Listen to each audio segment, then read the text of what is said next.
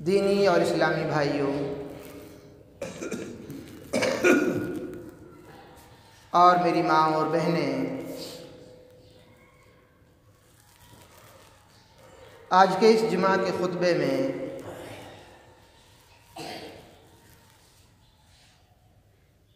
گاؤں کے اور موجودہ حالات کے اوپر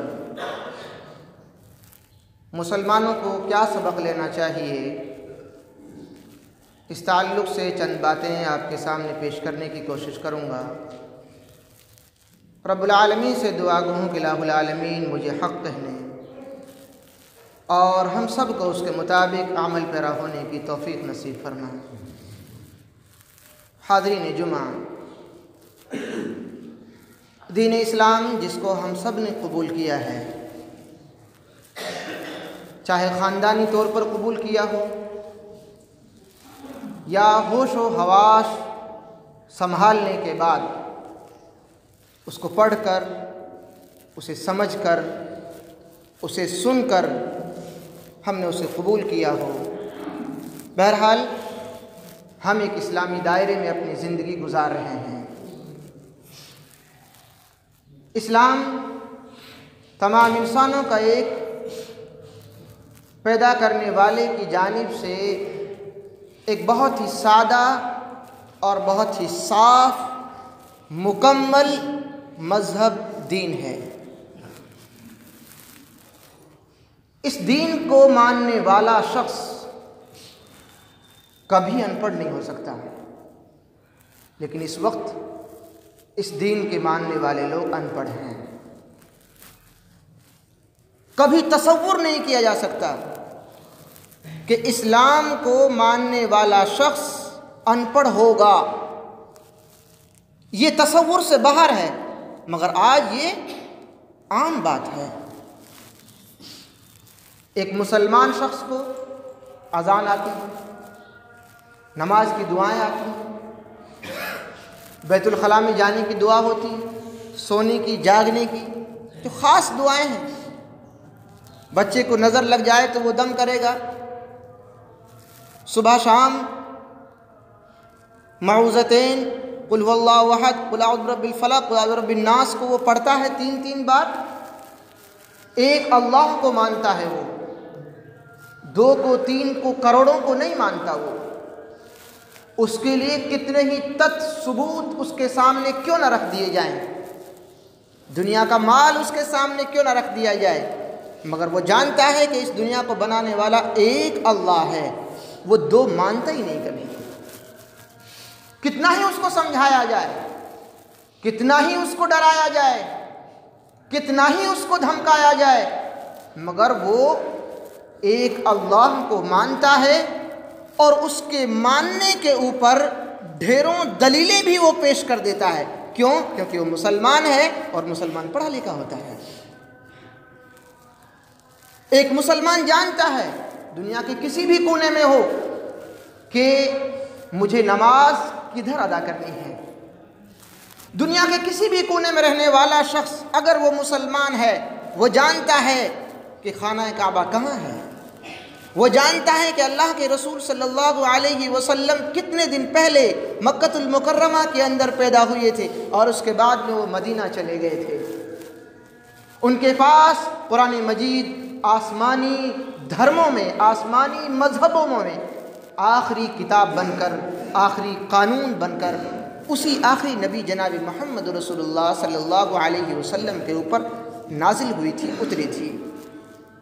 وہ اس بات کو جانتا ہے کہ پیشاب ناپاک ہے، کتنا ہی گیا گزرا مسلمان کیوں نہ ہو۔ وہ اس بات کو جانتا ہے کہ جھوٹ بولنا کبیرہ گناہ ہے۔ وہ اس بات کو جانتا ہے کہ زنا کرنا ایک مہا پاپ ہے۔ وہ اس بات کو جانتا ہے کہ قرآن مجید ایک عظیم مقدس کتاب ہے، اس کو پڑھنے میں شفا ہے، اس کو پڑھنے پر ثواب عطا کیا جاتا ہے۔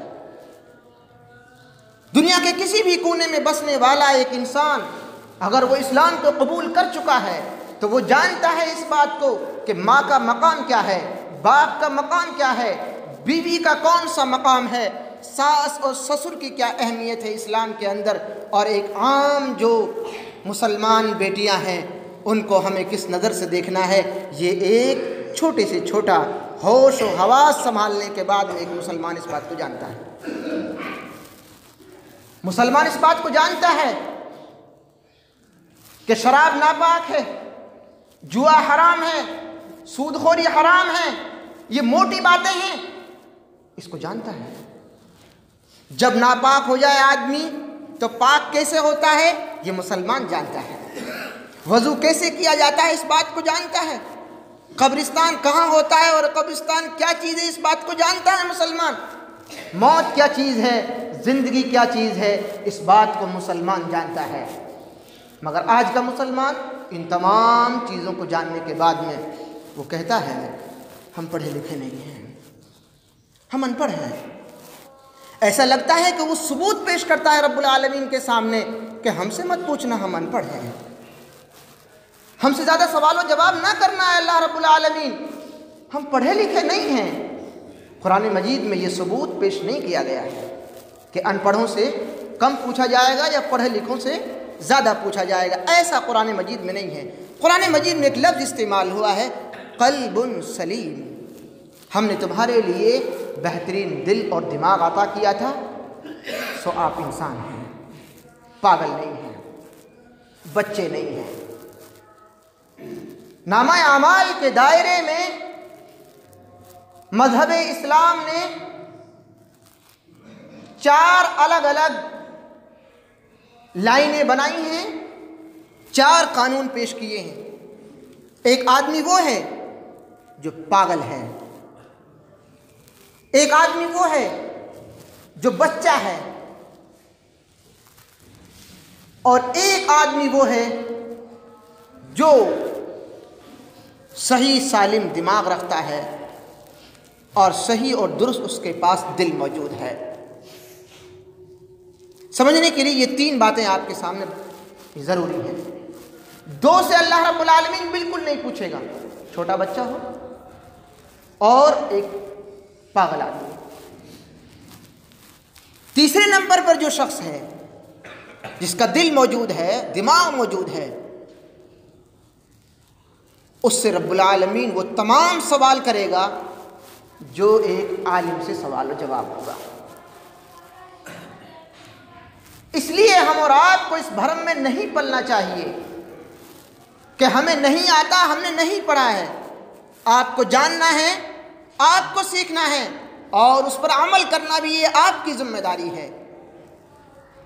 نہ اس میں ایک عالم بچ سکتا ہے اور نہ اس میں ایک عام انسان بچ سکتا ہے۔ یہ تو ایک اسلام کی بات تھی کہ اسلام مذہب کو ماننے والے لوگ ان پڑھ نہیں ہوتے ہیں، بے شعور نہیں ہوتے ہیں، ناسمجھ نہیں ہوتے ہیں، نااہل نہیں ہوتے ہیں، بلکہ وہ صاحب اقتدار سے، وہ سامنے والوں سے آنکھیں لڑا کر بات کرنے کی ہمت اور طاقت رکھتے ہیں۔ اسی لیے رب العالمین نے 18ویں پارے کے اندر سورہ نور میں سورت نمبر 24 آیت نمبر 55 میں اللہ رب العالمین نے ارشاد فرمایا وعد اللہ الذین آمنوا منکم وعملوا الصالحات لیستخلفنہم فی الارض كما استخلف الذين من قبلهم وليبدلنهم من بعد خوفهم امنا يعبدونني لا يشركون بي شيئا ومن كفر بعد ذلك فاولئك هم الفاسقون۔ رب العالمین نے فرمایا کہ ان لوگوں سے جو ایمان لا چکے ہیں، اللہ رب العالمین کو ایک مان چکے ہیں، اللہ رب العالمین کی عبادت کرتے ہیں، ان سے وعدہ کیا جاتا ہے اس بات کا، وعد اللہ ان سے وعدہ کرتا ہے اس بات کا جو ایمان لا چکے ہیں، ان سے وعدہ کرتا ہے اس بات کا کہ اگر تم ایمان صحیح انداز میں لائے اور وعملوا الصالحات اور تم نے نیک عمل کیے اپنی زندگی کے اندر، تو تمہیں اس زمین پر بادشاہت عطا کی جائے گی، اور ایسی بادشاہت عطا کی جائے گی کما استخلف الذین من قبلہم، جیسے تم سے پہلے کے لوگوں کے لیے بادشاہت عطا کی گئی تھی۔ کیا اس وقت مسلمانوں کے پاس بادشاہت موجود ہے؟ رب العالمین تو وعدہ کر رہا ہے قرآن مجید کے اندر۔ کیا قرآن مجید جھوٹا ہے؟ نعوذ باللہ۔ کیا قرآن مجید میں غلط لکھا ہوا ہے؟ ایسا نہیں ہے۔ حقیقت یہ ہے ہمارے پاس ایمان نہیں ہے، ہمارے پاس نیک عمل نہیں ہے۔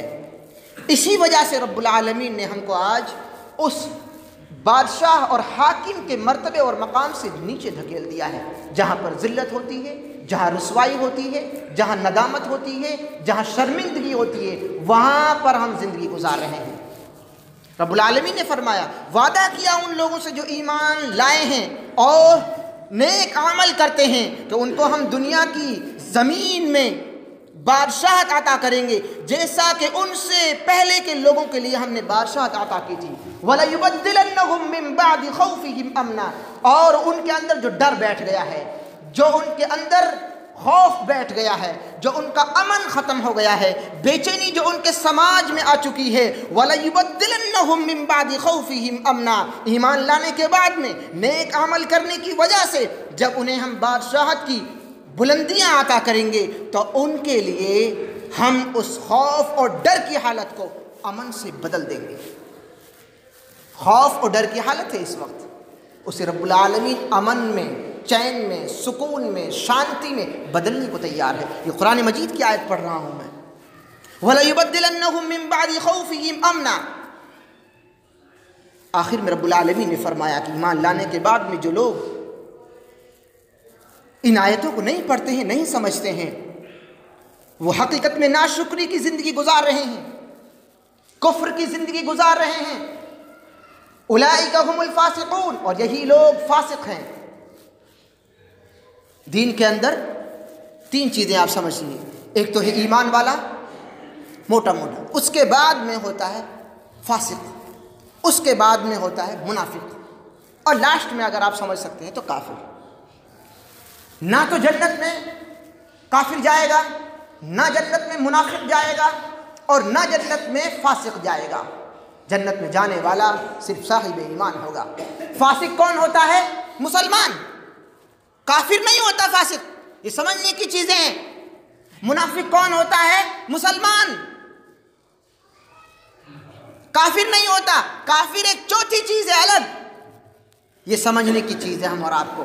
ہم کہیں ایمان کی بھرم میں پلتے ہوئے ہم کفر اور نفاق کے درجے میں تو نہیں پہنچ گئے ہیں، کہیں ایسا تو نہیں ہے کہ ہم اپنے آپ میں سمجھ بیٹھے ہوں کہ ہم مولوی ہیں اور ہم امام ہیں، ہمیں قرآن مجید کا ترجمہ آتا ہے، کہیں یہ بھرم میں زندگی گزارتے ہوئے ہم فاسق تو نہیں بن گئے ہیں، ہم کہیں منافق تو نہیں بن گئے ہیں۔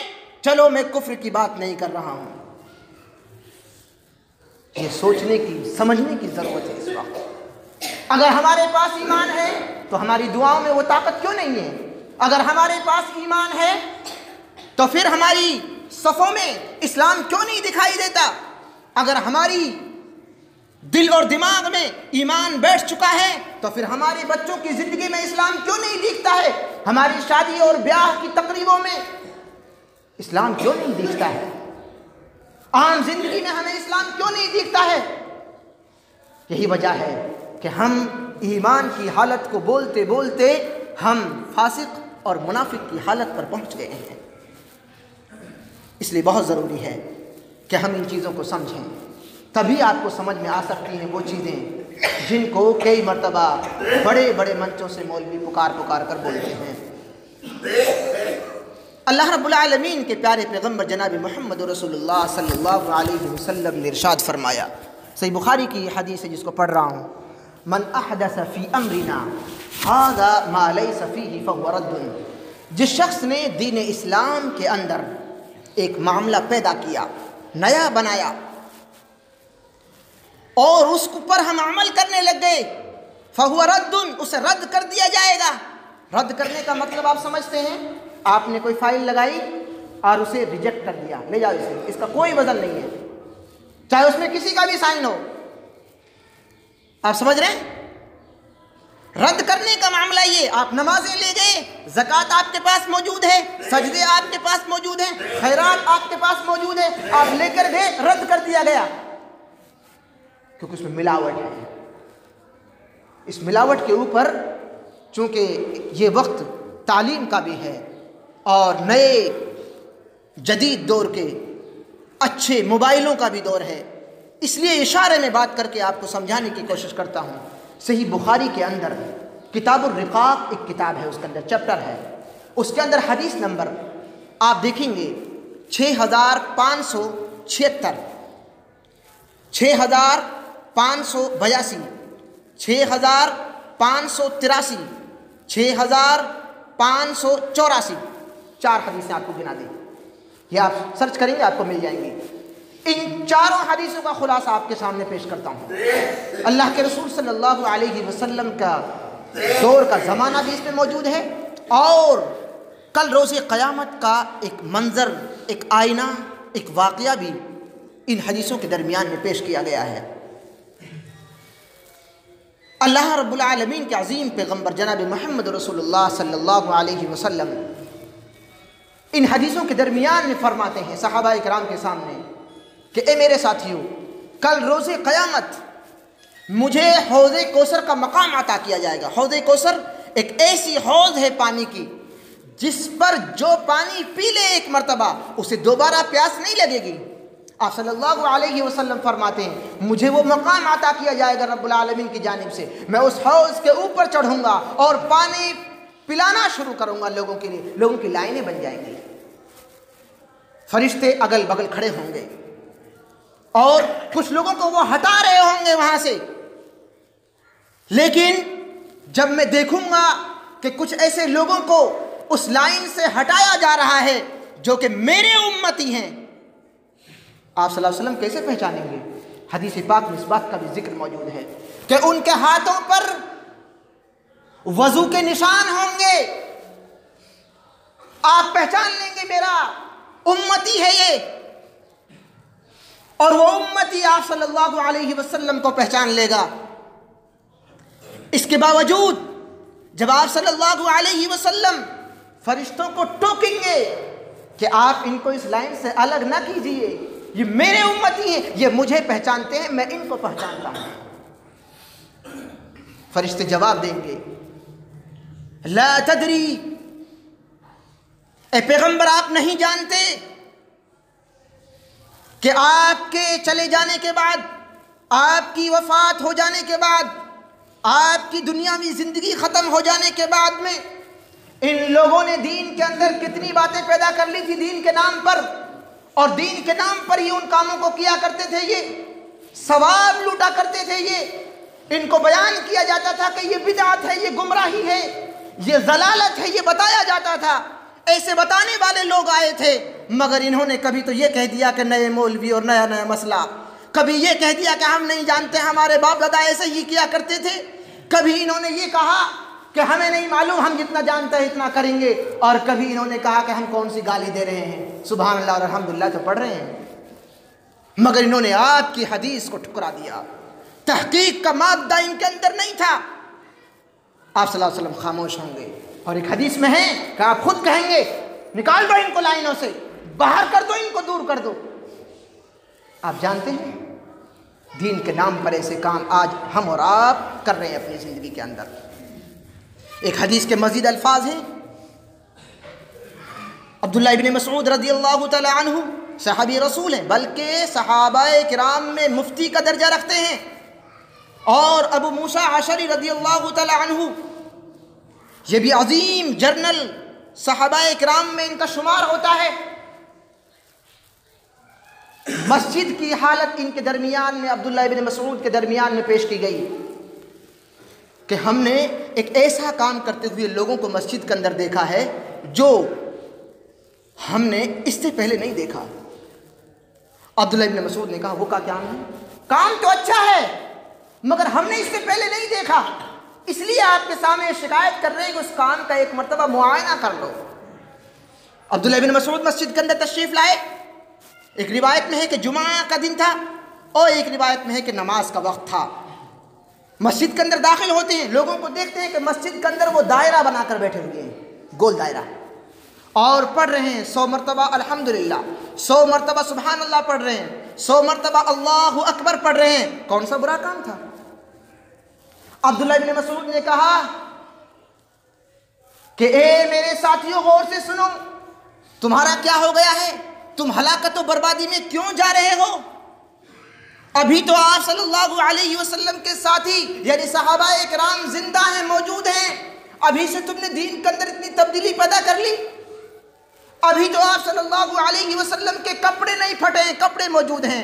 ابھی تو آپ صلی اللہ علیہ وسلم کے برتن نہیں ٹوٹے ہیں، برتن موجود ہیں۔ ابھی تو آپ صلی اللہ علیہ وسلم کا گھر موجود ہے، وہ گھر بالکل اجڑا نہیں ہے۔ یہ حدیث کے الفاظ ہیں جن کا اردو ترجمہ میں آپ کے سامنے پیش کر رہا ہوں۔ ان لوگوں نے کہا کہ ہم نے تو کچھ بھی نہیں کیا عبداللہ ابن مسعود، ہم نے اس میں برائی کا ارادہ ہی نہیں ہے، ہمارا نیکی کا ارادہ ہے۔ عبداللہ ابن مسعود نے کہا نیکی کا تمہارا ارادہ تو ہے، تو یہاں پر دو مسئلے اٹھتے ہیں۔ یا تو یہ ہے کہ تم دین کی ایسی باتیں جانتے ہو جو پیارے نبی جناب محمد رسول اللہ صلی اللہ علیہ وسلم کو نہیں معلوم تھی۔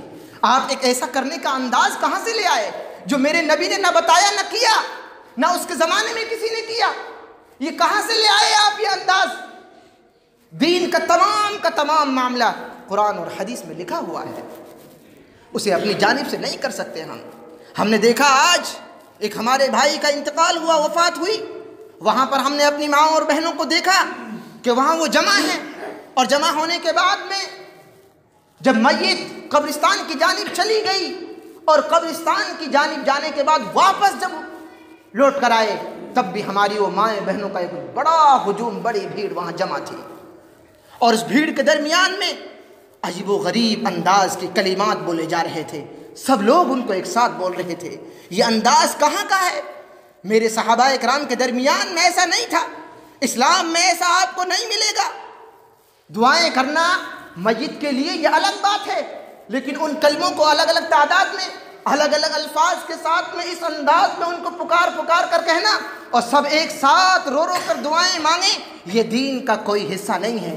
گوہانے کی، ہمارے گاؤں کی میری ذمہ دار مائیں اور بہنیں اس بات کو خاص طور سے سنیں کہ اگلی میت پر یہ دوبارہ یہ منظر ہم اور آپ کے سامنے نہیں آنا چاہیے، جو دین میں نہیں ہے، جو اسلام میں نہیں ہے۔ یہ ہمارے جانے والے بھائی کو فائدہ نہیں ہوگا اس سے۔ وَلَا تَزِرُ وَازِرَةٌ وِزْرَ أُخْرَىٰ، یہ قرآن مجید کی آیت کا ایک ٹکڑا پڑھ رہا ہوں جو 8ویں پارے کے اندر موجود ہے۔ اس آیت پر عائشہ رضی اللہ تعالی عنہ نے آپ صلی اللہ علیہ وسلم کے سامنے ایک اعتراض کیا تھا۔ اس آیت کا ترجمہ یہ ہے کہ کوئی کسی کا بوجھ نہیں اٹھائے گا، اور ایک حدیث میں ہے کہ میت پر جب روتے ہیں لوگ، چلاتے ہیں، گریبان پھاڑتے ہیں، جو کہ ہمارے یہاں رواج کم ہے اور جگہوں پر زیادہ ہے، تو اس کا نقصان، اس کا عذاب میت کو ہوتا ہے۔ اما عائشہ نے یہ اعتراض کیا کہ قرآن مجید میں ہے کوئی کسی کا بوجھ نہیں اٹھائے گا، تو ہم روئیں تو میت کو کیسے عذاب ہوگا؟ یہ حدیث اور قرآن مجید کی آیت کا معاملہ تھا۔ اما عائشہ رضی اللہ تعالیٰ عنہ نے یہ اعتراض کیا، آپ صلی اللہ علیہ وسلم نے سمجھایا ایسا ہے اگر آپ کو معلوم ہے کہ میت پر رونا، گڑ گڑانا، گریبان چاک کرنا، الگ الگ انداز کی محفلیں بنا کر کلمات پڑھنا جو دین کے اندر نہیں ہے، ان باتوں کو کرنا، اگر آپ نے اپنی زندگی میں لوگوں کو سمجھا دیا ہے تو آپ کو عذاب نہیں ہوگا، لیکن اگر آپ نے نہیں سمجھایا ہے تب تو عذاب ہوگا۔ بات سمجھ میں آئی کہ نہیں؟ ہم نہیں سمجھاتے ہیں۔ مرنے سے پہلے ہمیں اپنے گھر والوں کو بولنا چاہیے میرے اوپر ایسے مت رونا، دین کا جو حصہ نہیں ہے وہ میری زندگی میں بتا رہا ہوں، میری زندگی کے بعد میرے اوپر اسے لاگو مت کرنا۔ بہت ضروری چیزیں ہیں یہ بات جو اشاروں میں نے آج آپ لوگوں کے سامنے رکھی ہیں کہ دین کس چیز کا نام ہے اور دین کہاں پر موجود ہے، ہم کس دائرے میں آ چکے ہیں، اور میت کے تعلق سے یہ چند باتیں جو آپ لوگوں کے سامنے میں نے پیش کی ہیں، ان باتوں کے بعد آج کے خطبے کی آخری بات پیش کر کے میں اپنے خطبے کو ختم کرتا ہوں۔ وقت ہو چکا ہے، لیکن بعض لوگوں نے کہا تھا کہ پہلی مرتبہ یہ ٹائم کم کیا گیا ہے، اس وجہ سے 2 منٹ آپ کی اور لوں گا تاکہ لوگوں کی نماز نہ نکل پائے۔ موجودہ وقت میں جو حالات ہم اور آپ کے سامنے ہیں، ان حالاتوں کو پڑھنا، بغور دیکھنا، جانچنا، اس کے اوپر میں آپ لوگوں کے لیے اور مثالیں تو نہیں دے سکتا، لیکن ایک مثال دے سکتا ہوں، اور وہ مثال یہ ہے کہ 1935 سے 40-45 تک اگر کوئی بزرگ ہمارا یہاں گاؤں میں موجود ہے تو اس سے آپ پوچھ کر دیکھیے گا۔ 1935 میں جب یہ آواز اٹھنے لگی تھی دیش کے اندر کہ ایک پاکستان بن جائے گا، ایک بھارت بن جائے گا، تو یہاں کے لوگ کہتے تھے بیوقوف بنا رہے یار، اتنی پبلک ایسے کیسے چلی جائے گی؟ ایسے کوئی نہیں جاتا ہے، بیوقوف بنا رہے ہو ہمیں، اتنی پبلک اٹھ کے اچانک ایسے چلی جائے گی؟ ایسے کوئی نہیں جائے گا، ایسے اپنی زمینیں چھوڑ جائیں گے کیا؟ یہیں کے بزرگ کتابوں میں موجود ہیں یہ باتیں، یہیں کے نوجوان اس وقت یہ باتیں کہہ رہے تھے، سمجھ میں نہیں آ رہی تھی ان کو یہ باتیں، مگر اچانک 10 سال بعد جب دو دیش وجود میں آتے ہیں تو اچانک لوگ بھاگنا شروع کر دیتے ہیں، اور پھر جو حال ہوتا ہے وہ آپ بزرگوں سے سنیے گا، منبر و محراب سے سنانے کے لائق نہیں ہے۔ کتنی ایسی گاڑیاں ہیں جو یہاں سے بھر کر گئی اور لاشوں میں تبدیل ہو گئی، وہاں سے ایسی گاڑیاں آئی جو لاشوں میں بدل کر آئی، اور اس وقت اس بات کو کہنے کی یہ مثال اس لیے عرض کر رہا ہوں کیونکہ اب بھی ہمارے درمیان میں ایسے جملے آ رہے ہیں، اس سے کیا ہوگا، اس سے کیا ہوگا، کون ہمیں ڈالے گا ڈیٹینشن کیمپ میں، کون اس جگہ ہمیں در بدر کر دے گا؟ ان بھول بھلیوں میں زندگی گزارنے کا وقت نہیں ہے، طاقت میں آنے کی ضرورت ہے، ایکتا کو سنبھالنے کی ضرورت ہے، اور جس چیز سے اللہ سنتا ہے اور اللہ نے جن لوگوں کی سنی ہے ان کو پڑھنے کی ضرورت ہے۔ اللہ رب العالمین توحید پر سنتا ہے، یہ کان کھول کر سن لیجیے آپ، اگر آپ کی زندگی میں نماز کے طریقے میں، زندگی میں نیک عمل کرنے میں، اللہ رب العالمین کو ماننے میں، رسول اللہ صلی اللہ علیہ وسلم کو ماننے میں اگر اتنی سی بھی کمی ہے آپ کے اندر، تو آپ رب العالمین سے دعاؤں کے قبول ہونے کی توقع اور امید مت رکھنا۔ اللہ رب العالمین کے تعلق سے تقریباً موجودہ وقت میں ہمارے ہندوستان میں، ہمارے بھارت میں تقریباً 20 جماعتیں موجود ہیں جو اللہ رب العالمین کو ماننے میں تبدیلیاں کر چکی ہیں، گھوٹالہ کر چکی ہیں، اور سب اسلام پر ہیں، سب مسلمان ہیں، وہ ہم سب ان کو مسلمان مانتے ہیں۔ رسول اللہ صلی اللہ علیہ وسلم کو غلط ماننے میں تقریباً 15 جماعتیں موجود ہیں ہندوستان کے اندر، بھارت کے اندر، اور ہم جب ان کے اوپر آواز اٹھاتے ہیں کبھی تو ہمارے اوپر ہی آواز اٹھانا شروع کر دیں۔ ہم آپ کو بچا رہے ہیں ایک ایسی گندگی سے کہ یہ غلط ہے، اسے مت مانو، اسے مانو جو جس کے اوپر ریفرنس اور ثبوت موجود ہیں۔ اس لیے اپنے ایمان کی حفاظت کیجیے، آپ اپنے اسلام کی حفاظت کیجیے۔ آپ کے پاس جو اسلام موجود ہے وہ صحیح نہیں ہے، آپ جن باتوں پر عمل کر رہے ہیں اور جن باتوں کے اوپر آپ بھروسہ کر کے اپنے ہاتھوں کو اٹھا رہے ہیں وہ بھروسے کے لائق ایمان اور بھروسے کے لائق وہ عقیدہ نہیں ہے۔ توحید بہت سمپل ہے، اسے ماننا بے حد ضروری ہے، اور رسول اللہ صلی اللہ علیہ وسلم توحید کے تعلق سے بے شمار یہاں درس ہوتے ہیں۔ نوجوانوں کو میں بالخصوص اس بات کے لیے کہوں گا کہ وہ اپنے ایمان کو ٹٹولیں، اپنے ایمان کو کھنگالیں، ذمہ داری ان کے کاندھوں پر بہت زیادہ ہے۔ اگلے وقت میں ہمارے بزرگوں نے شاید وہ قیمت نہیں چکائی ہے جو قیمت آپ کو اور آپ کے بیٹوں کو چکانی ہوگی اگلے وقت میں، اس لیے بہت جلد آپ کو سنبھلنا ہوگا، آپ کو سمجھنا ہوگا، سمجھنے کے بعد پھر آپ کو اس بات کا احساس اپنے دل اور دماغ میں پیدا کرنا ہوگا کہ ہم کہاں ہیں اور ہمارے اوپر کیا ذمہ داریاں ہیں، ہمیں کیا سیکھنا ہے ڈیلی، اور کیا چیزیں ہیں جو ہم سے چھوٹ رہی ہیں، ایمان کے اندر کون سی کمیاں ہیں جہاں پر لوگ اللہ رب العالمین کا نام تو لیتے ہیں پروگراموں میں مگر وہ اللہ کو صحیح انداز میں نہیں مانتے، نبی اکرم صلی اللہ علیہ وسلم کا نام تو لیتے ہیں، وہ نبی کے نام پر وہ دعوت و تبلیغ بھی کرتے ہیں مگر ان کا طریقہ کار نبی سے نہیں ملتا ہے، حدیث سے نہیں ملتا ہے۔ ان باتوں کو آپ کو سوچنا ہوگا، سمجھنا ہوگا، اور ان پر ہی آپ کو، جب تک آپ ان پر نہیں ٹکیں گے، نہیں ٹک کر آگے بڑھیں گے، تب تک آپ کامیاب نہیں ہو سکتے ہیں۔ رب العالمین سے آخر میں دعا کرتا ہوں کہ الہ العالمین ہم تمام انسانوں کو صحیح انداز میں ایمان کو قبول کرنے کی توفیق نصیب فرما، الہ العالمین صحیح انداز میں اسلام کو قبول کرنے کی توفیق نصیب فرما، الہ العالمین صحیح انداز میں ہم تمام انسانوں کو ایمان کے خلاف، ایمان کے نام پر جن چیزوں کا پرچار ہو رہا ہے ان تمام چیزوں کا بائیکاٹ کرنے کی توفیق نصیب فرما، الہ العالمین تمام بدعتوں سے ہم سب کو بچنے کی توفیق نصیب فرما، الہ العالمین تمام خرافات سے ہم سب کو بچنے کی توفیق نصیب فرما، الہ العالمین تمام چھوٹے بڑے گناہوں سے ہم سب کو بچنے کی توفیق نصیب فرما، الہ العالمین صحیح انداز میں ہمیں قرآن و سنت کے مطابق زندگی گزارنے کی توفیق نصیب فرما، الہ العالمین ایمان اور اسلام سے جو قریب کرنے والی چیزیں ہیں ان تمام کو اپنی زندگی میں ڈالنے کی، نافذ کرنے کی توفیق نصیب فرما، الہ العالمین موجودہ وقت میں جو نفرت پھیلانے والے ہیں، الہ العالمین تو ان کو ہدایت نصیب فرما۔ الہ العالمین صحیح انداز میں تو ہی ہمارے اوپر غیبی مدد نازل کر سکتا ہے۔ اس وقت میں ہم تیرے ہی سامنے دست بدعا ہیں۔ الہ العالمین جتنی بھی نفرت پھیلانے والے ہیں، دیش کو توڑنے والے ہیں، ان تمام کے خلاف تمام امن و شانتی کے پیروکاروں کے لیے تو اپنی مدد نازل فرما۔ الہ العالمین دیش کو توڑنے کے لیے جو نئے نئے قانون بنائے جا رہے ہیں، الہ العالمین ان تمام قانونوں کو سمجھنے کے بعد میں سمجھداری کے ساتھ ہم سب کو دیش واسیوں کو قدم اٹھانے کی توفیق نصیب فرما۔ الہ العالمین موجودہ طاقت سے صحیح انداز میں فیصلہ لینے کے بعد میں ان سے ٹکرانے کی ہمت اور طاقت نصیب فرما۔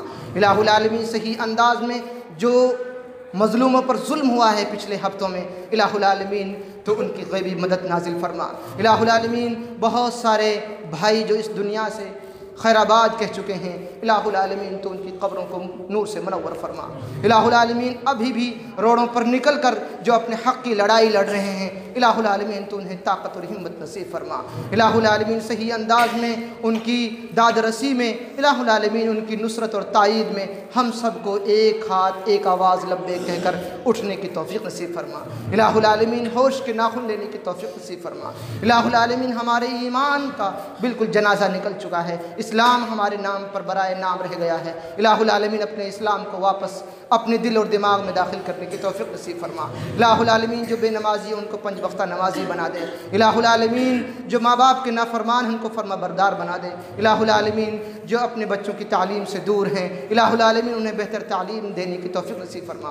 الہ العالمین جو قرض میں دبے ہوئے ہیں ان کی قرض کی ادائیگی کی کوئی سبیل پیدا فرما۔ الہ العالمین جب ہم اس دنیا سے جائیں تو ہماری زبانوں پر کلمہ طیبہ لا الہ الا اللہ محمد رسول اللہ صلی اللہ علیہ وسلم کے کلمات ہوں، اور جب ہم اپنے پاس بلا تو ہماری زبانوں پر بھی لا الہ الا اللہ محمد رسول اللہ صلی اللہ علیہ وسلم کے کلمات ہوں۔ وصلی اللہ تعالی علی خیر خلق محمد